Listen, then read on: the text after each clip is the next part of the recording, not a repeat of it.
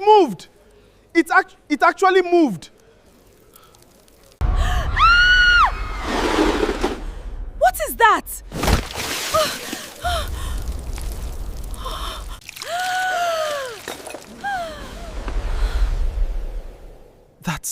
That's not possible.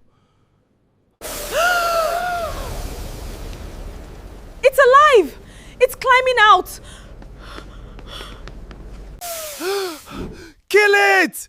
Kill it before it flies!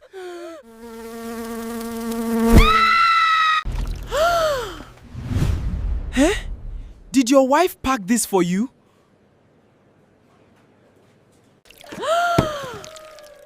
She packed it herself. Last night, I watched her close the lid.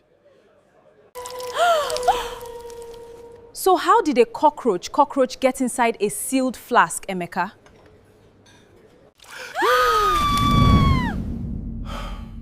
Unless it was already in there before she closed it. The woman everyone called Madam Dirt. Emeka, are you blind? Can't you see my phone charger on the floor? Pick it up for me. That was the first thing my wife said to me that Saturday morning. Not good morning, not how did you sleep, just pick up my charger. I stood there, still wearing the same t-shirt I had used to mop the kitchen floor barely 30 minutes earlier. I stared at Chuma, lying comfortably on the sofa, one leg over the armrest, scrolling through funny videos while eating plantain chips. The charger was barely 2 feet away from her. I sighed, bent down, picked it up, and handed it to her. She smiled. "Thank you, my hard-working husband." If only she knew how those words stung. My name was Emeka Adebayo, and for 3 years I had been married to the dirtiest woman in Lagos. At first, I thought people exaggerated. I was wrong, very wrong. When we were dating, Chuma always looked beautiful. Her clothes smelled fresh, her hair was always neat, and whenever I visited her apartment, everything looked spotless. Only after our wedding did I discover the terrible truth. The apartment had never been hers. It belonged to her elder sister. The cooking? Her sister cooked. The cleaning? Her sister cleaned. The ironing? Her sister did everything. Chioma only knew how to dress well, smile beautifully, and convince me she was a responsible woman. By the time I realized the truth, it was too late. One Monday morning, I woke up at exactly 5 a.m. As usual, Chioma was still sleeping like someone competing in an international sleeping competition. I quietly entered the kitchen. Dirty plates greeted me. 3 pots filled with leftovers greeted me. The frying pan from 2 nights earlier still sat on the cooker. The smell nearly made me change my breakfast plans. Jesus, I muttered. I rolled up my sleeves. For the next hour, I washed plates, cleaned the kitchen, swept the sitting room, boiled water for bathing, cooked rice and stew, packed my lunch, ironed my office clothes, and even washed the cups Chioma had promised to wash later. That later had arrived 4 days ago. As I finished dressing for work, Chioma stretched lazily on the bed. "Emeka, yes? I'm hungry." I blinked. "You've not even said good morning." "Oh, good morning." She yawned. "Can you fry 2 eggs before you leave?" I looked at the clock.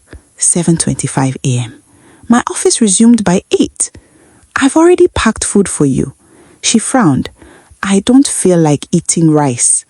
I wanted to scream. Instead, I quietly entered the kitchen again. By the time I left the house, I was already late. My boss looked at me. "Emeka, traffic again?" I forced a smile. "Yes, sir." How could I tell him that traffic wasn't my problem? My problem wore a pink wrapper and slept 16 hours every day. Our neighbors had started talking. Whenever I returned from work carrying groceries, Mama Nkechi would shake her head. "My son." "Yes, Mama. You are too young to look this tired." I smiled. "I'm fine." She lowered her voice. "My son, does your wife ever clean?" Before I could answer, another neighbor burst into laughter. "Clean? Yesterday, I saw Emeka washing curtains while Madam was sitting outside eating suya. Everybody laughed. I laughed too. Not because it was funny, because sometimes laughter is the only thing stopping a grown man from crying. Things became worse during the rainy season. One evening, I returned home completely soaked. I pushed open the door. My shoe stuck to the floor. What is this? The entire sitting room smelled terrible. Half-empty bottles, dirty clothes, used plates, biscuit wrappers, and empty sachets of pure water covered almost every corner. The rubbish bin had overflowed days earlier. Flies buzzed happily as if they were paying rent. "Chioma!" I shouted. She answered from the bedroom. "I'm here."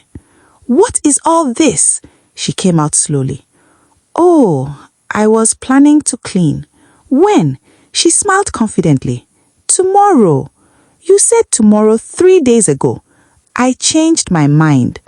I closed my eyes. "Please, let's clean together." She folded her arms. "I don't like housework." "Everybody likes a clean house."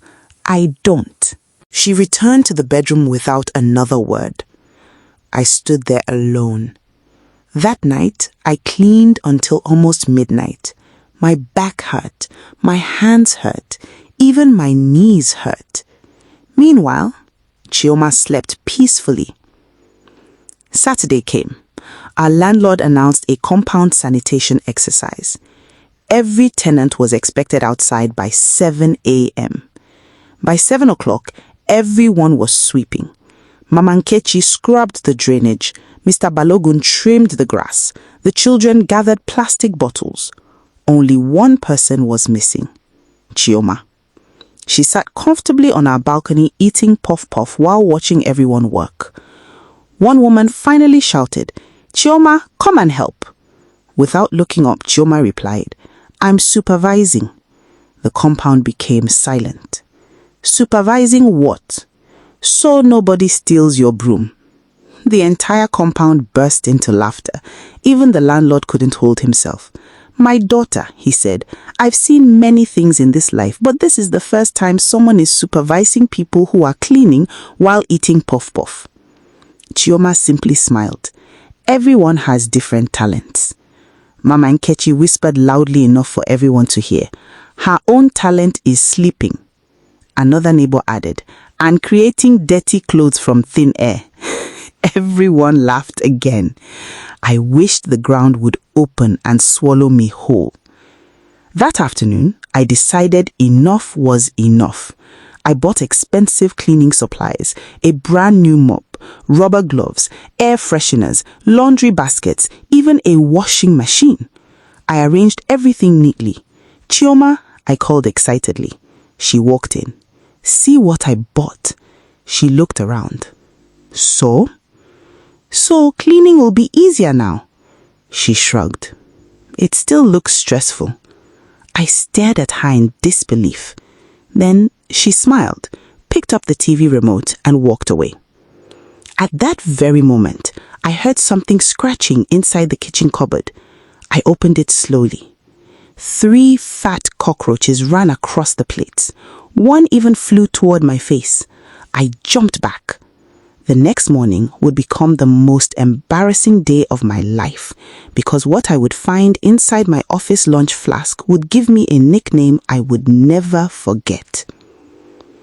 Monday morning arrived faster than I expected. I barely slept the previous night. The image of those cockroaches running around my kitchen refused to leave my mind. Still, I convinced myself everything would be fine. After all, I had cleaned the kitchen before going to bed. Or so I thought. At exactly 5 a.m., I woke up quietly. Chioma was still sleeping, snoring peacefully with one arm hanging off the bed. I smiled bitterly. One day, I whispered, this woman will sleep through an earthquake. I entered the kitchen. To my surprise, the place looked cleaner than before. Finally, I said to myself. I quickly warmed the leftover jollof rice, fried 2 pieces of chicken, packed everything neatly into my stainless steel lunch flask, closed it tightly and placed it inside my office bag. Before leaving, I kissed Chioma on the forehead. She didn't even wake up. Instead, she murmured, "Turn off the fan, it's making too much noise." The fan wasn't even on. By 12:45 p.m., everyone in the office gathered for lunch. Mondays were always fun. We usually ate together while cracking jokes. My colleagues were already waiting. "JJ," Ayo shouted, "come and show us what your wife cooked today." Everyone laughed. They knew Chioma hardly cooked, so they enjoyed teasing me. I forced a smile. "Today is special." I placed my flask proudly on the table. "Maybe Madame has finally changed," one lady joked. "Miracles still happen," another replied. I laughed nervously. "If she has changed, I will throw a party." Everyone clapped. "Open it." I twisted the lid. Immediately, a strange smell escaped. The laughter stopped. "What is that smell?" someone asked. I frowned. "Impossible." Slowly, I lifted the inner cover. Then I froze. Sitting comfortably on top of my rice was the biggest cockroach I had ever seen. Not dead, alive, moving. Its long antennae waved proudly as if greeting everyone. For 2 full seconds, nobody spoke. Then the cockroach climbed onto the edge of the flask. Bayo screamed. It moved. The flask slipped from my hands. Rice scattered across the conference table. The insect jumped onto Uche's file. Uche jumped onto his chair. Ah! The insect flew. 3 women screamed together. One man knocked over his bottle of Coke trying to escape. Another nearly fell backward. The entire lunchroom became complete chaos. Someone shouted, "Kill it!" Someone else shouted, "It's flying!" The office cleaner rushed in with a broom. After nearly 5 minutes of chasing it around the room, the cockroach finally disappeared under a cupboard. Silence. Everyone slowly looked at me. I wished the ground would open and swallow me whole. My manager cleared his throat. "Emeka?" "Yes, sir." "Please, take the rest of the afternoon off." Nobody laughed, which somehow made it worse. Unfortunately, news travels faster than electricity in Lagos. Before closing time, everyone on the second floor had already heard the story.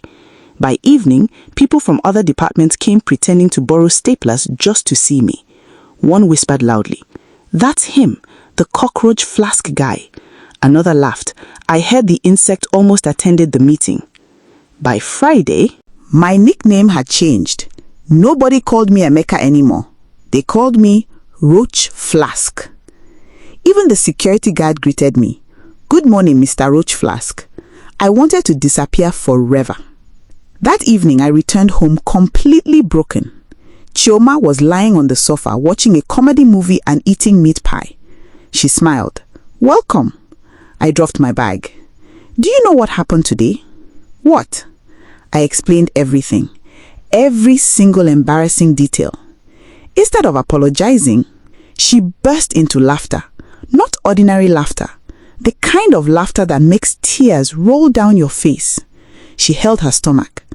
"A cockroach?" She laughed even harder. "It was inside your lunch?" She almost fell off the sofa. "Emeka, this is the funniest thing I've heard all year." I stared at her. "You think this is funny?" She wiped her tears. "I'm sorry." Then she laughed again. "I can't help it." I couldn't believe it. My entire office laughed at me. So? I raised my voice. "They're calling me Roach Flask." She shrugged. "They'll forget." "When?" "Maybe next month." Then she picked up another piece of meat pie. That was the exact moment something inside me broke. I realized my wife didn't understand the pain she was causing. Not because she was wicked, because she had never faced the consequences of her actions. For the first time since our marriage, I stopped arguing. I stopped complaining. I stopped begging Chioma to clean. Instead, I became unusually cheerful. Every morning I smiled. Every evening I smiled. If she left dirty plates in the sink, I smiled. If she threw her clothes on the floor, I smiled. If she finished drinking pure water and dropped the empty empty sachet beside the dustbin instead of inside it, I simply picked it up without saying a word.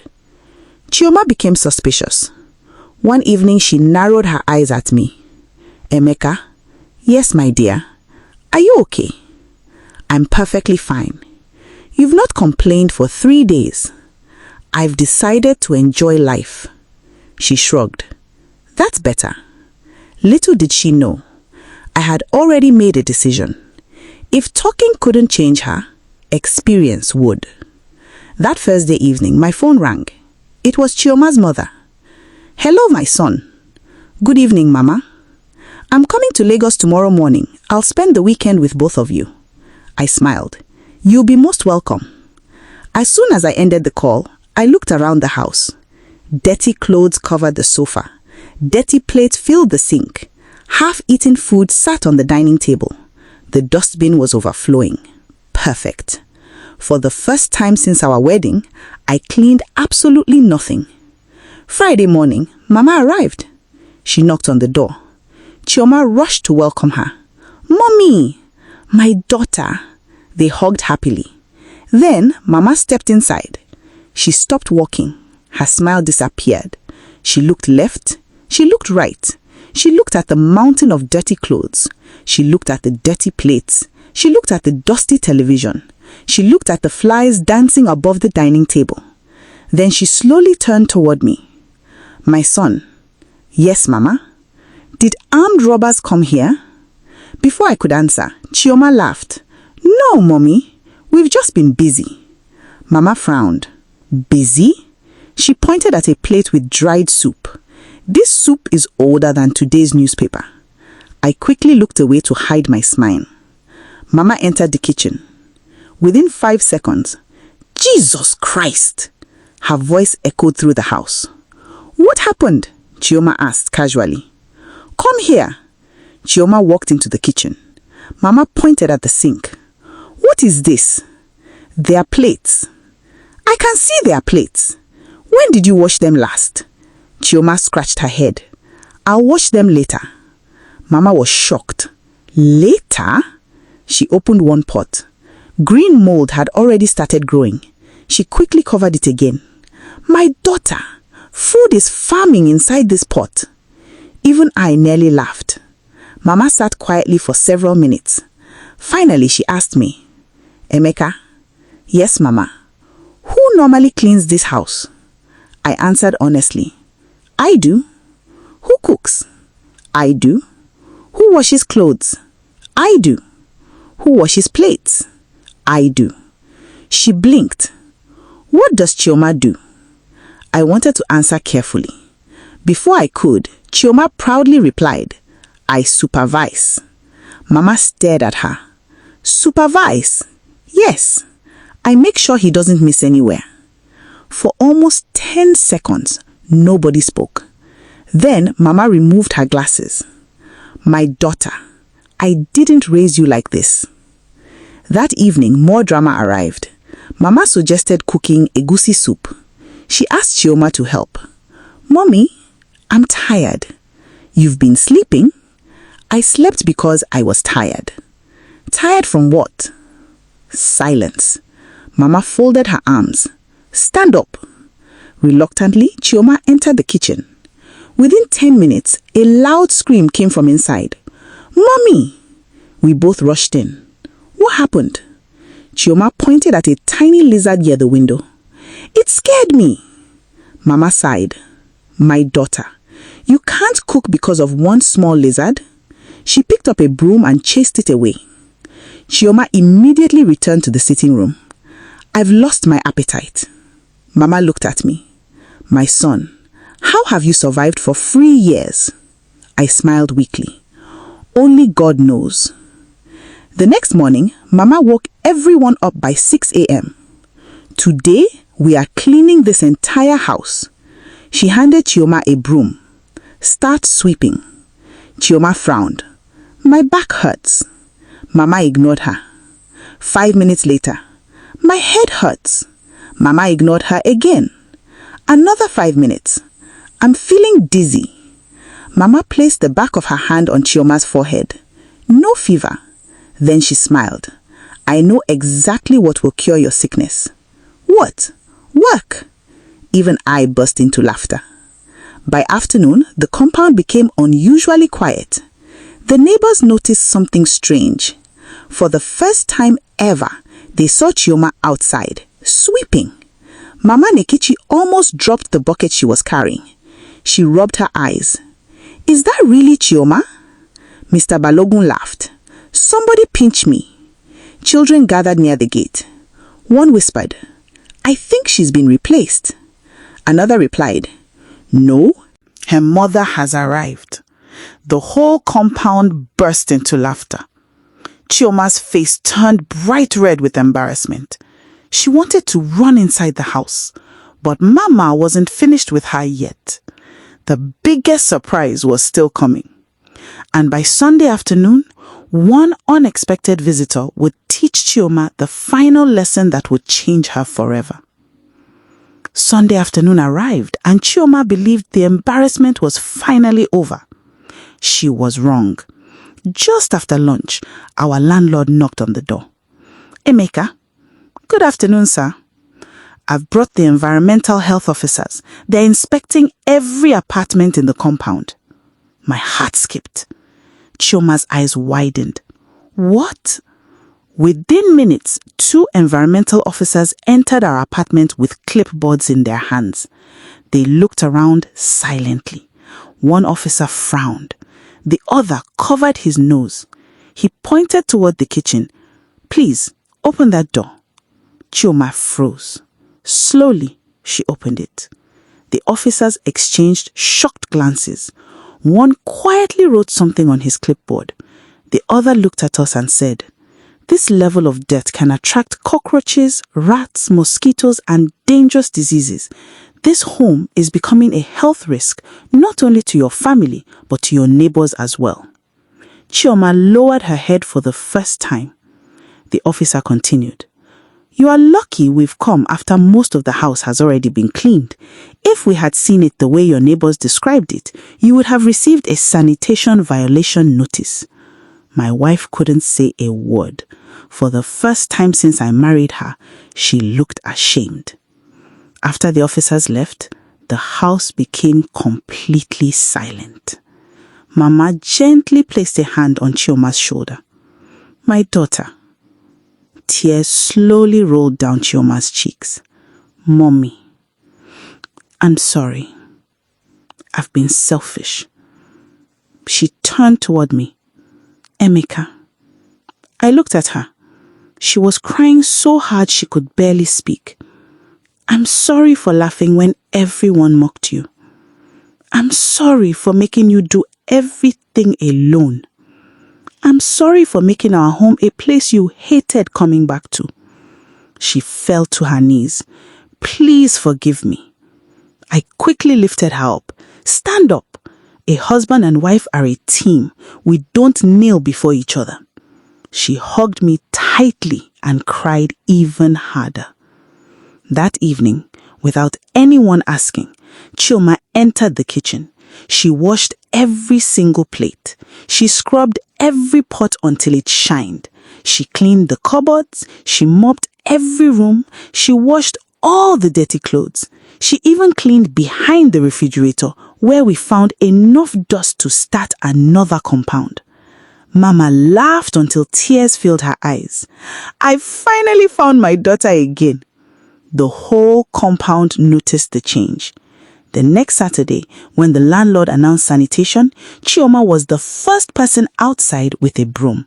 Mama Nkechi almost dropped her bucket. "Who is this?" Mr. Balogun laughed.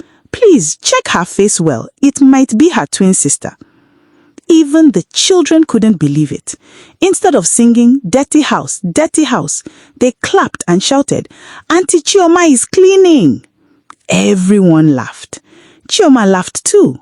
This time, she wasn't embarrassed. She had changed. Months later, our home became the cleanest apartment in the compound. Visitors no longer covered their noses. Instead, they admired the neat living room, the sparkling kitchen, and the beautiful smell of fresh flowers. One afternoon, I jokingly asked, So, should I still call you Madame Dirt? She picked up a pillow and chased me around the house. If you say it again, she laughed, you'll sleep in the sitting room tonight. We both burst into laughter. Sometimes she still teased me. Emeka. Yes? Please bring me the TV remote. I smiled. It's beside you. She grinned. I know. Then she picked it up herself. We both laughed because we remembered how far we had come. Our marriage became stronger, not because we never had problems, but because we were willing to learn, forgive, and grow together. The lesson. A happy home is built by two people, not one. Love is more than sweet words. It is shown through respect, responsibility, and helping each other. When one partner carries every burden alone, frustration grows. But when both people work together, even an ordinary house becomes a joyful home. Call to action. If you enjoyed this story, don't forget to like, comment, and subscribe for more entertaining Nigerian stories filled with laughter, drama, life lessons, and unexpected twists. Now tell us in the comments, what would you have done if you opened your lunchbox at work and found a live cockroach inside? And if you know someone who always says, I'll clean it tomorrow, share this story with them. You might just give them a reason to start cleaning today. Heh.